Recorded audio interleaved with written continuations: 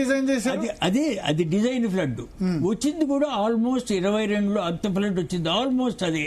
Okay, ఇప్పుడు Polavaram design ఎంత 50 లక్షల క్యూసెక్లకు అనుగుణంగా చేస్తున్నారు పోలవరం? నేను అది వాటిల్లోకి ఇప్పుడు వెళ్ళదు, డీటెయిల్స్ లోకి వెళ్ళదు. డిఫరెంట్ గాను మనం ఎక్కువగాను మెట్రిక్ యూనిట్స్ వాడతాం, కొంతమంది ఇంకా FESS వాడుతున్నారు కాబట్టి రెండు ఇచ్చాను. క్యూమెక్స్ ఇచ్చారు, క్యూసెక్స్ ఇచ్చారు. Design flood 80,000 cubic metres per second. ఏమండి అది డిజైన్ చేస్తే 22 నవంబర్లో భారత్ గారు చెప్పినట్టుగా ఆల్మోస్ట్ ఆ ఫ్లడ్ వచ్చింది 22 నవంబర్లో. అయినా సేఫ్ గా ఉంది. ఇంతకంటే తక్కువ ఫ్లడ్ వచ్చింది 23 అక్టోబర్లో. దాంట్లో ఫెయిల్ అయింది. ఎలా ఫెయిల్ అయింది అన్న క్వశ్చన్ రావటం అది అన్యూజువల్ కదా, అలా జరగకూడదు కదా అని తప్పకుండా థాట్ అందరిలో మైండ్లోనూ వస్తుంది. దానికి అదే బ్యారేజ్ యొక్క లక్షణం. వినండి, హై ఫ్లడ్ లో విస్టాండ్ అవ్వగలదు. డిజైన్ ఫ్లడ్ లో ఉంటొచ్చినప్పుడు హై ఫ్లడ్ కంటే తక్కువ వస్తే బ్యారేజ్ ఫెయిల్ అవుతుంది. ఎలాగ సార్? ఇదిగో ఇక్కడ ఈ స్లైడ్ క్లియర్గా మీకు ఎక్స్ప్లెయిన్ చేస్తుంది. ఎప్పుడైతే ఫ్లడ్ సీజనో ఫ్లడ్ వార్నింగ్ వస్తుంది మనకు అప్ స్ట్రీమ్ నుంచి, ఫ్లడ్స్ వస్తున్నాయి, మీరు గేట్స్ ఎత్తేయండి, మీ ఆపరేషన్ స్కెడ్యూల్ ఉంటుంది మీకు మీ బ్యారేజ్ ఓనర్ దగ్గర. గేట్ ఆపరేషన్ స్కెడ్యూల్ అని మీరు వార్నింగ్ ఇస్తారన్నమాట అప్ స్ట్రీమ్ సైడ్ నుంచి. మీకు ఫ్లడ్ వస్తుంది, ఏ రకంగా మీరు ప్లాన్ చేశారో ఫ్లడ్ గేట్స్, ఆ గేట్స్ అన్నీ చూసుకోండి, ఆపరేట్ చేసుకోండి ప్రాపర్గాను. ఫ్లడ్స్ అప్పుడు గేట్స్ అన్నీ ఎత్తేస్తాం. ఇదిగో హై ఫ్లడ్ వచ్చినప్పుడు ఆరు వస్తుందని అనుమానం వచ్చినా గేట్స్ పూర్తిగా ఎత్తేస్తాం. పార్ట్గా ఎత్తేయటం కాదు, పూర్తిగా ఎత్తేస్తాం. ఇప్పుడు పూర్తిగా ఎత్తేసిన కండిషన్. అప్పుడు ఏమవుతుంది, మన బ్యారేజ్ అప్ స్ట్రీమ్ ఎప్రాన్ ఇది క్రెస్ట్, ఇది గ్లేసిస్, ఇదేమో డౌన్ స్ట్రీమ్ ఎప్రాను, ఇది అప్ స్ట్రీమ్ కట్ ఆఫ్ వాలు, ఇది డౌన్ స్ట్రీమ్ కట్ ఆఫ్ వాలు, ఇదేమో most important component block apron. దాని తర్వాత ఏమో మిగతా కొద్ది కాంపోనెంట్స్ అవి ఉన్నాయి. బట్ దెన్ ఫైనల్గా రివర్ బెడ్. ఇప్పుడు మీకు బొమ్మ చూస్తే, ఈ పిక్చర్ చూస్తే ఏమనిపిస్తుంది? గేట్ అంతా కంప్లీట్గా ఎత్తేసారు, వచ్చిన వాటర్ సింపుల్ గా ఎంత ఫ్లడ్ అవనివ్వండి, ఆ ఫ్లడ్ వాటర్ అంతా సింపుల్ గా వెళ్ళిపోతుంది. ఏమీ పెద్ద అబ్స్ట్రక్షన్ లేదు. చిన్న ఎత్తు 1.5 మీటర్స్, 1 మీటరే క్రెస్ట్ హైట్. అక్కడ చిన్న ఎత్తు ఉందంటే అది పెద్ద అబ్స్ట్రక్షనే కాదు. ఇంత పెద్ద హైట్ డెప్త్ ఉన్న వాటర్ ఫ్లో అవుతున్నప్పుడు. సో ఇది బ్యారేజ్ సింపుల్ గా ఎలా ఫంక్షన్ చేసింది? ఒక బ్రిడ్జి, ఇదిగో బ్రిడ్జ్ ఉంది బ్యారేజ్ మీద, connecting the right bank and left bank. So ఇది సింపుల్ గా ఒక బ్యారేజ్ కాదు, ఇది బ్రిడ్జ్ లాగా ఫంక్షన్ చేస్తోంది. ఓకే, అంటే 28 లక్షల క్యూసెక్ల వరద వచ్చినప్పుడు ఒక బ్రిడ్జ్ లాగా వచ్చిందని గేట్లు ఎత్తేసారు కాబట్టి, బ్రిడ్జ్ ఒక్కటే గేట్లు లిఫ్ట్ చేశారు కాబట్టి అప్పుడు ఏం అబ్స్ట్రకిల్ అడ్డంకి ఏమి ఉండదు, ఏమీ లేదు. అంటే సింపుల్ గా రోడ్డు బ్రిడ్జ్, మన రోడ్డు బ్రిడ్జ్ ఎలాగుందో ఇదిగో ఆ రోడ్డు బ్రిడ్జ్ లాగా, ధవళేశ్వరం బ్రిడ్జ్ లాగా, ఏదైనా ఏ రివర్ బ్రిడ్జ్ అయినా అందరికి ధవళేశ్వరం అంటే తెలుసు కాబట్టి ధవళేశ్వరం బ్రిడ్జ్ లాగా వాటర్ గేట్లు అబ్స్ట్రక్షన్ ఏది లేదు కాబట్టి ఆటోమేటిక్ గా కిందకి వెళ్ళిపోతుంది. ఇప్పుడు మన బ్రిడ్జ్ ఎలా ఉందో, మేడిగడ్డ బ్యారేజ్ బ్రిడ్జ్ ఎలా ఉందో అది ఒక సింపుల్ బ్రిడ్జ్ అన్నమాట. This whole barrage now is functioning the purpose of A bridge only, connecting the two banks for traffic, for highway traffic. So ఇక్కడ ఫెయిల్ అయ్యే క్వశ్చన్ లేదు. If it is properly designed for this condition, which is a simpler condition, then it won't fail at all. So why should this barrage fail when high floods are there? Whenever the gates are fully kept open, it normally doesn't fail at all if it is properly designed and executed, constructed and maintained well. However, for smaller discharge 2023 లో fail అయింది. ఎందుకు fail అయింది అది question. Yes, అదే barrages లో ఉన్న చిత్రం. Barrages ని పూర్తిగా అండర్స్టాండ్ చేసుకోవాలి. Please see here the barrage when gates are fully open simply functions as a road bridge connecting the two river banks. Practically no obstruction to flood flow, and hence flood passes safely. While a barrage on sandy river bed carries design fed safely, therefore it may fail for discharges less than design flood, which really happened. Okay, అంటే తక్కువ discharge ఉన్నప్పుడే fail కావడానికి అవకాశం ఉంటుంది. అది అలా చెప్పలేము. తక్కువ హై డిశ్చార్జ్ లో స్టాండ్ అయినా తక్కువ డిశ్చార్జ్ లో ఫెయిల్ అవటానికి స్కోప్ ఉంది బ్యారేజెస్ లో. ఓకే, అంటే బ్యారేజెస్ అంటే ఏమిటి, ఏమిటి చిత్రం, అది తెలుసుకోవాలి ముందు అసలు. So we should know now about barrages first. How does a barrage function? This is what a barrage is. Please see. What is a barrage on sandy river bed?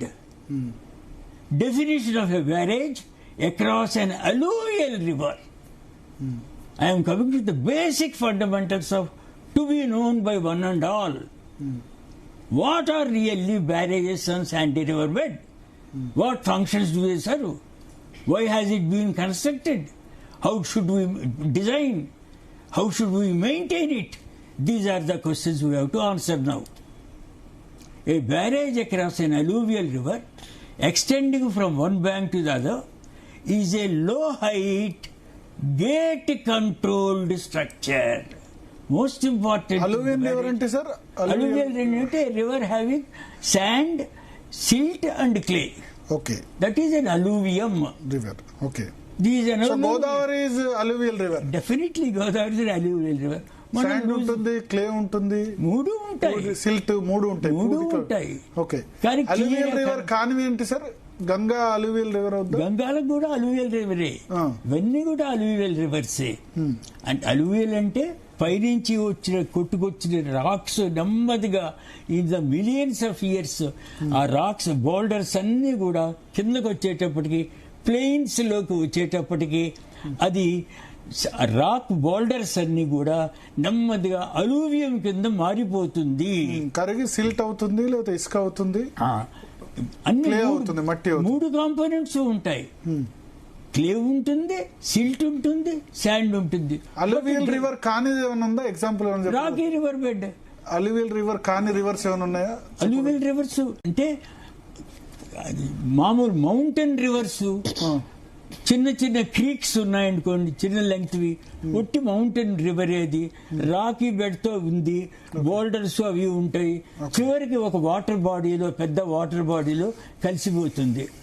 Maybe so some of the tributaries for Ganges are really having no alluvium at all. Small tributaries ఉన్నాయి, అవి అలూవియంగా మారకుండానే main river గంగాలో Ganges లో కలిసిపోయింది. Okay, right.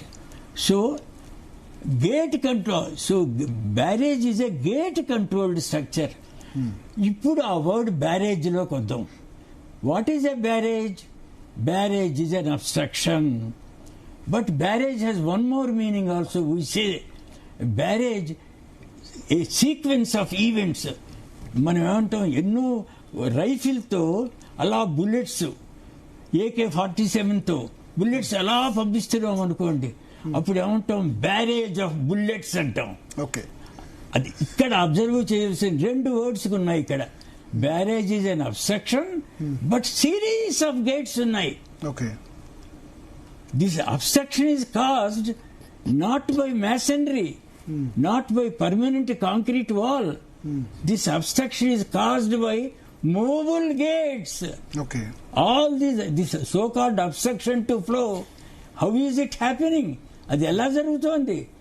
masonry wall వలన కాదు, concrete wall వలన కాదు, gates ఆ obstruction cause చేస్తున్నాయి. Okay, different from dam. Okay, తర్వాత ఎందుకోసం బ్యారేజ్ కడతాం? Maintain steady pond level.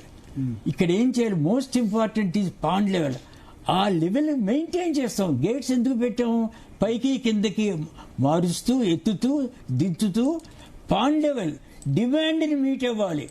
Water demand ఉంది, ఈ వాటర్ యూటిలైజేషన్ డిమాండ్, అది మీట్ అవ్వాలంటే ఒక పర్టికులర్ లెవెల్, పర్టికులర్ హెడ్ ఉండాలి అక్కడ. అందుకని ఆ గేట్స్ అలాగా ఆపరేట్ చేస్తూ ఉంటాం for creating necessary and enough driving head. ఆ పాండ్ లెవెల్ పర్టికులర్ లెవెల్ ఉంటేనే, అంత హెడ్ ఉంటేనే, హెడ్ అంటే ఏమిటి, ఎనర్జీ. మనం లూజ్గా ఎనర్జీ అనేది హైడ్రాలిక్ స్ట్రక్చర్స్లోను, రివర్ మెకానిక్స్లోను, ఫ్లూయిడ్ మెకానిక్స్లోను దాన్ని హెడ్ అంటాం. Head represents energy. What for is this head needed to divert part of the river flow into a conveyance channel. ఈ కేసులో కన్వేయన్స్ ఛానల్స్ ఏమిటి, అప్ టు ఎల్లంపల్లి బ్యారేజ్ ఆ conveyance channels. Medigadda నుంచి ఒక conveyance channel ఉంది, power హౌస్కి తీసుకెళ్తుంది. అన్నారంలో కన్వేయన్స్ ఛానల్ ఉంది, అది మళ్ళీ పవర్ హౌస్ సుందెల్ దగ్గరికి తీసుకెళ్తుంది ఆ వాటర్ని. These are conveyance channels. So we are diverting the water of the pondage of the barrage for some utilitarian purposes. Final గా దాన్ని తీసుకెళ్లి ఎల్లంపల్లి బ్యారేజ్లో తీసుకెళ్ళటానికని. So this to divert part of the river flow into a conveyance channel to meet the water supply demand for multiple planned purposes. Okay. Next. A barrage on sandy riverbed is a run of the river. Run of the river. అంటే రివర్లో ఈ flow ఉంటుంది, that is called run of the river. ఈ run of the రివర్ని disturb చేయము, దాన్ని సింపుల్గా ఈ gate controlled structure ద్వారా divert చేస్తాం అంతే మనం. Okay. For diversion structure with a minimal required heading up of water upstream of gates. ఎంత హెడ్ అప్ అవ్వాలి, మినిమం హెడ్. డిమాండ్కి ఎంత కావాలో అంతే హెడ్. ఎక్కువగా స్టోర్ చేసామనుకోండి బియాండ్ ద డిమాండ్, అది అప్పుడు స్టోరేజ్ అయిపోతుంది. So our main purpose on a Sandy river bed for a barrage is minimum river head to divert the water only to meet the demands. So gate control, gate operation maintains that steady pond level.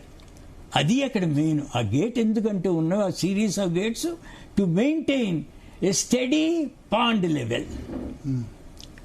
Barrages being low height barriers to flow create only incidental storage. Barrage ఎందుకుంది, barrage ఏం చేస్తుంది, ఇన్సిడెంటల్గా కొంత స్టోరేజ్ని మాత్రం. It is happening, that storage is happening, therefore we will limit the storage up to that only to meet the demand. Okay. Also known as pondage. అందుకని ఆ స్టోరేజ్ని మనం బ్యారేజెస్ ముందు జనరల్గా స్టోరేజ్ అని అనం, పాండేజ్ అంటూ ఉంటాం. So barrage do not provide flood storage, they are not flood control structures. Yes. So minimal ecological and ఎందుకు చేస్తాం, ఇంకా అడ్వాంటేజ్ బ్యారేజ్ అంటే ఎకలాజికల్ అండ్ ఎన్వైరన్మెంటల్ ప్రాబ్లమ్స్ పెద్దగా క్రియేట్ చేయదు. Submergence will be low, agriculture land, villages అవన్నీ submerge అవ్వవు. Upstream side చాలా తక్కువగా ఉంటుంది, మినిమల్గా. These are all the advantage of barrages. Barrages do not provide flood storage. Barrage purpose అది కాదు. నార్మల్గా నేను ఫ్లడ్ వాటర్ అంతా నేను ఒడిసి పట్టుకుంటాను, దాచేసుకుంటాను కిందకి వెళ్లకుండా, నాకు ఇంకో మార్గం లేదు ఇక్కడ తప్పించి అని ఉద్దేశంతో బ్యారేజీ జనరల్గా కట్టం. కానీ ఒక క్రియేటివ్ ఇంజనీరు, ఈ రోజుల్లో ఇంజనీర్ చేయలేని పనులు లేదు. ఎవరైనా ఇదివరకు మూన్ మీద ల్యాండ్ అవుతారు అని అనుకున్నారా? మనం మూన్ ఏమనుకునేవాళ్ళం, అది అబ్బా చంద్రుడు ఎంత ప్రకాశం, చందమామ అని ఏదో దాని కథలు అవి పెట్టాం. ఈ రోజున అది కూడా ఒక రాకీ ఏరియాయే అని చెప్పి తెలుసుకున్నాం. కాబట్టి ఈ మోడర్న్ టెక్నాలజికల్ వరల్డ్ లో నేను ఎక్కువ స్టోరేజ్ కూడా పెట్టుకుంటాను, బట్ దానికి కావలసిన చర్యలన్నీ తీసుకుంటాను. అప్పుడు barrage will be successful. Okay. On sandy river bed, even with slightly higher pondage, higher pond level. So 88 నుంచి 113 మీటర్లు ఎక్కువ పెట్టారు, 4-5 మీటర్లు ఎక్కువ పెట్టాల్సింది. ఎవరో somebody sent me engineer 101 pond level. Pond level should be maintained it 93.5. Extra 6.5 మీటర్లు ఉందట పాండ్ లెవెల్. మీరు మన లైవ్ చూస్తున్న వాళ్ళు మెసేజ్ చేశారు. అవును ఏమండి తర్వాత చూడండి, barrage do not provide flood storage. They are not flood control structures. Dams are flood control structures. So ఇప్పుడు మనం యాక్చువల్గా ఫెయిల్యూర్ కాజెస్ కొద్దాం. 2 major failure causes of failure of a barrage on sandy river bed. ఒకటి, these are called hydraulic failures. Hydraulic failure, structural failure, they are different. Hydraulics wise బాగానే ఉండొచ్చు, structure weak గా ఉండటం మూలన స్ట్రక్చరల్ ఫెయిల్యూర్ రావచ్చు. Hydraulics proper గా జరగకపోతే, design లో హైడ్రాలిక్స్ ప్రాపర్ గా లేకపోతే, that will also lead to structural failure. Structure design బాగానే ఉండొచ్చు, బట్ హైడ్రాలిక్ కాజెస్ వలన స్ట్రక్చర్ ఫెయిల్ అయ్యింది. సో సర్ఫేస్ ఒకటి, దేర్ ఆర్ 2 మెయిన్ కాజెస్. ఒకటి, శాండీ రివర్ బెడ్ మీద బ్యారేజ్ కన్స్ట్రక్ట్ చేస్తే ఎన్ని రకాల ఫ్లోస్ ఉన్నాయి. ఒకటి, flow above the floor. Floor is called apron. Barrages లో upstream apron, downstream apron. So flow over the apron, that is surface flow. అది కంటికి కనపడుతుంది. రెండో ఫ్లో ఏమిటి? Flow through the sandy river bed, below the river bed. దాని seepage అంటాం. So seepage is flow below the floor. So there are 2 types of flows in the case of a barrage on sandy river bed. One is surface flow, the other one is seepage flow. Okay. So very narrow gate openings, also known as crack opening of a gate. ఇప్పుడు ఆ gate ఎత్తుతున్నప్పుడు నార్మల్గా ఏం చేస్తాం, సమ్మర్లో gate close చేసి ఉంచుతాం పూర్తిగా. ఎన్నో రీజన్స్ వలన కొద్దిగానే వాటర్ వస్తుంది, లీన్ ఫ్లో. ఆ లీన్ ఫ్లోని కూడా మనం పట్టుకుందాం, స్టోర్ చేసుకుందాం. ఎందుకంటే దాన్ని ఎర్లీగా నాట్లు వేయించటానికని జూన్ నెలలోనే ఆ వాటర్ని వాడుకోవచ్చు అనే ఉద్దేశంతో. కానీ డౌన్ స్ట్రీమ్ అంతా నేను ఇన్స్పెక్ట్ చేస్తాను, సమ్ ఫెయిల్యూర్స్ ఇక్కడ అక్కడ ఉన్నాయి, కంప్లీట్గా గేట్ క్లోజ్ చేస్తే కానీ నేను డౌన్ స్ట్రీమ్ ఎండగట్టలేను. ఆ రకంగా క్లోజ్ చేసిన గేటు ఉంటుంది, తప్పకుండా ఉంటుంది ప్రతి బ్యారేజ్లోనూ. నార్మల్గా మంత్ ఆఫ్ మేలో గేట్స్ అన్నీ కూడా క్లోజ్ చేసి డౌన్ స్ట్రీమ్ అంతా చూసుకుంటూ ఉంటాం. బ్యారేజ్లో ఉన్న స్మాల్ పాండేజ్ కూడా ఎంటీ చేస్తాం. అంతకుముందే అప్ స్ట్రీమ్ ఇన్స్పెక్ట్ చేస్తాం, డౌన్ స్ట్రీమ్ ఇన్స్పెక్ట్ చేస్తాం జనరల్గా. కానీ రెయినీ సీజన్ బిగిన్ అయినప్పుడు జూన్ నుంచి ఇంక వాటర్ మనం సప్లై చేయాలి కాబట్టి గేట్ క్లోజ్ చేసింది గేట్ని నెమ్మదిగా ఫ్లడ్స్ వస్తూ ఉంటాయి.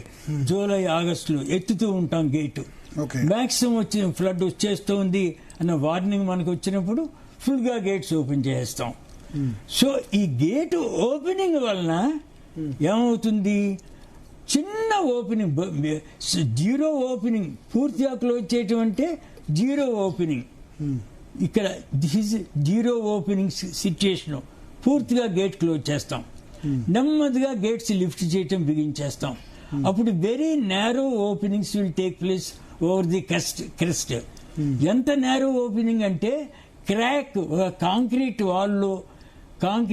వాల్లో ఎలా ఫైన్ క్రాక్ ఎలా డెవలప్ అవుతుందో అంత క్రాక్ అన్నమాట. క్రాక్ బిట్ ఎంత ఉంటుంది, చాలా చిన్నదిగా కనబడుతుంది. 2 మిల్లీమీటర్లు, 3 మిల్లీమీటర్లు, 4 మిల్లీమీటర్లు, 5 మిల్లీమీటర్లు అలా కనబడుతుంది. అందువల్లనే such small openings are called crack opening of the gate. అది ఒకటి జరుగుతుంది. ఒకప్పుడు ఏం చేస్తుందంటే ఆ స్మాల్ ఓపెనింగ్స్ నుంచి వాటర్ డైరెక్ట్గా ఒక జెట్ లాగా వచ్చి రివర్ బెడ్ మీద దూరంగా పడుతుంది. రివర్ బెడ్ మీద ఒక జెట్ లాగా. 2 types of cases can occur during a small opening. One type of opening, one type of flow is orifice flow. Just like ఒక జెట్ లాగా వచ్చి అలాగ దూరంగా పడుతుంది. ప్రమాదం అది. డైరెక్ట్ గా రివర్ బెడ్ మీద కూడా పడిపోవచ్చు.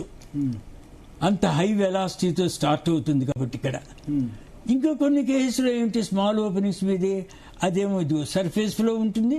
గ్లేసియస్ అంటాం ఈ స్లోపింగ్ ఫ్లోర్ ని.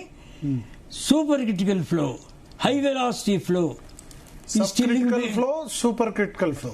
సూపర్ క్రిటికల్ ఫ్లో ఉంటుంది over the glacis and over the. Normal గా వెలాసిటీ 3 meters per second ఉండాలి. ఓకే, ఆ పాయింట్ ఎత్తారు కాబట్టి అది తర్వాత చెప్దాం అనుకున్నాను, ఇప్పుడే చెప్తాను.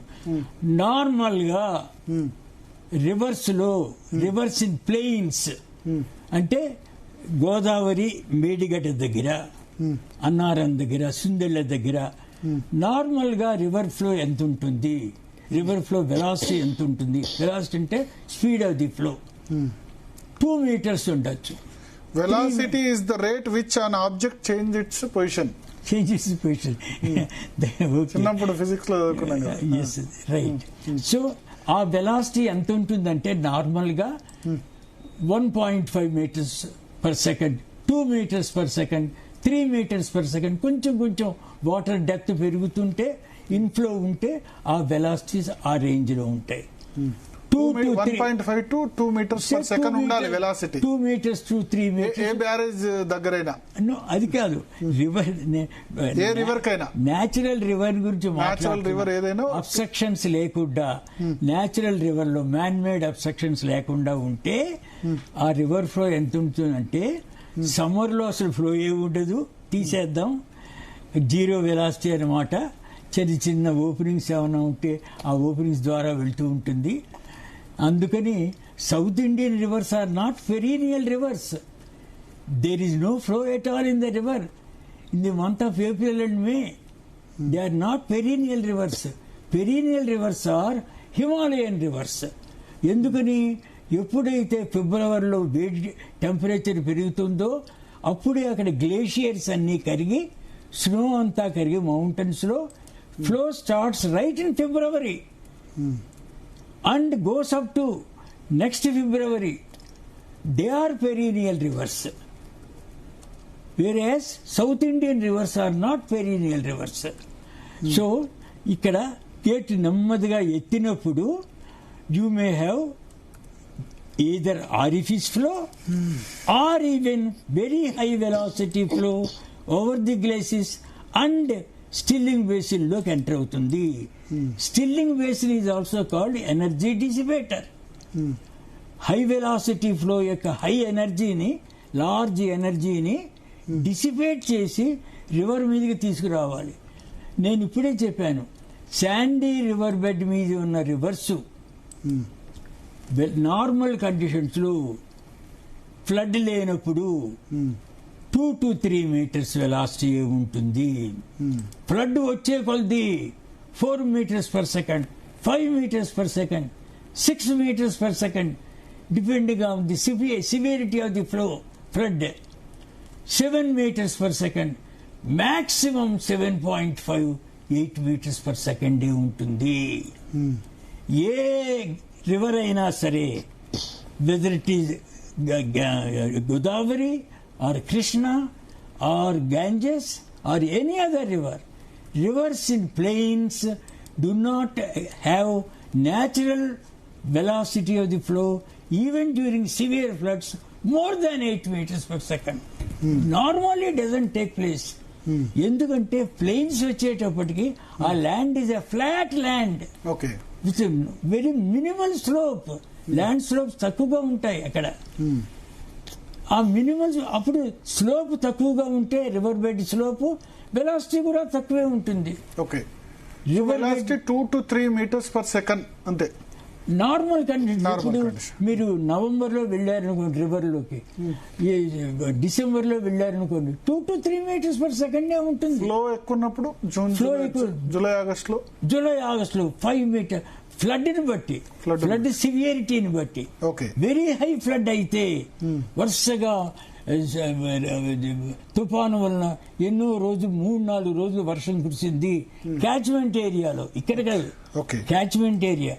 Your area also may be part of the catchment okay for that point. Okay. So ఇక్కడ వెలాసిటీ విషయంలో ఏమైనా జాగ్రత్తలు తీసుకోవాలి, ఎనర్జీ డిసిపేట్ అయ్యేందుకు. చెప్తా, వెరీ గుడ్. సో మీరు ఫైనల్ గా ఏం చేస్తున్నారు, this flow should enter the river with sandy river bed where velocity is very low. Very low. Maximum flood సీజనే అనుకోండి ఇది. మీరు 7 meters per second కంటే 8 meters per second కంటే వెళ్ళదు ఆ velocity. Okay.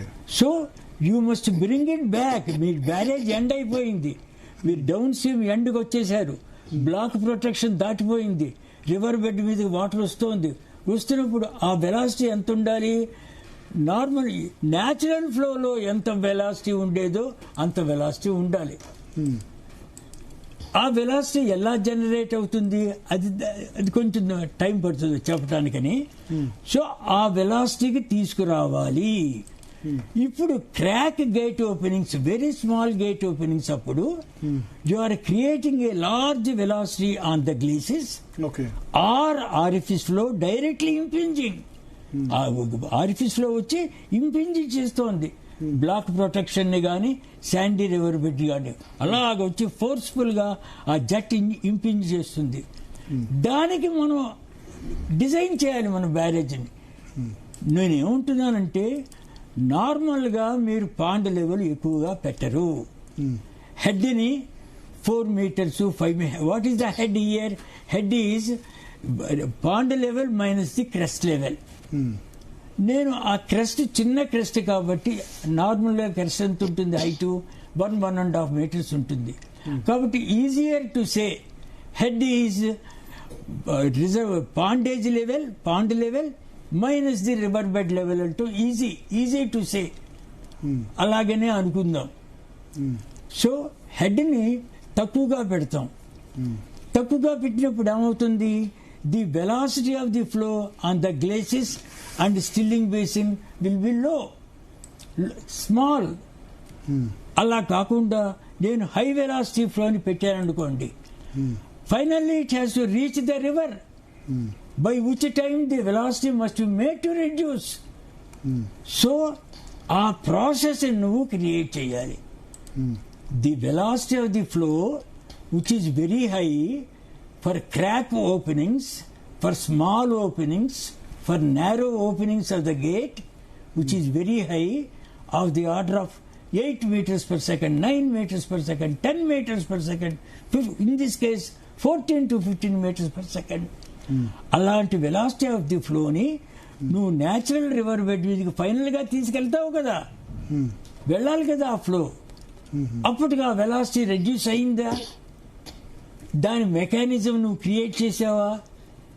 That is called a stilling basin with appurtenances. Appurtenances యొక్క need arise అవుతుంది. అరైజ్ అవ్వలేదు, నేను తీసుకొచ్చాను sir. My velocity of the flow is downstream, natural river bed velocity, river flow only. It is not exceeding. If it exceeds, what happens? The sand will be entirely eroded. River bed will be eroded. Okay sir, next slide. So surface flow.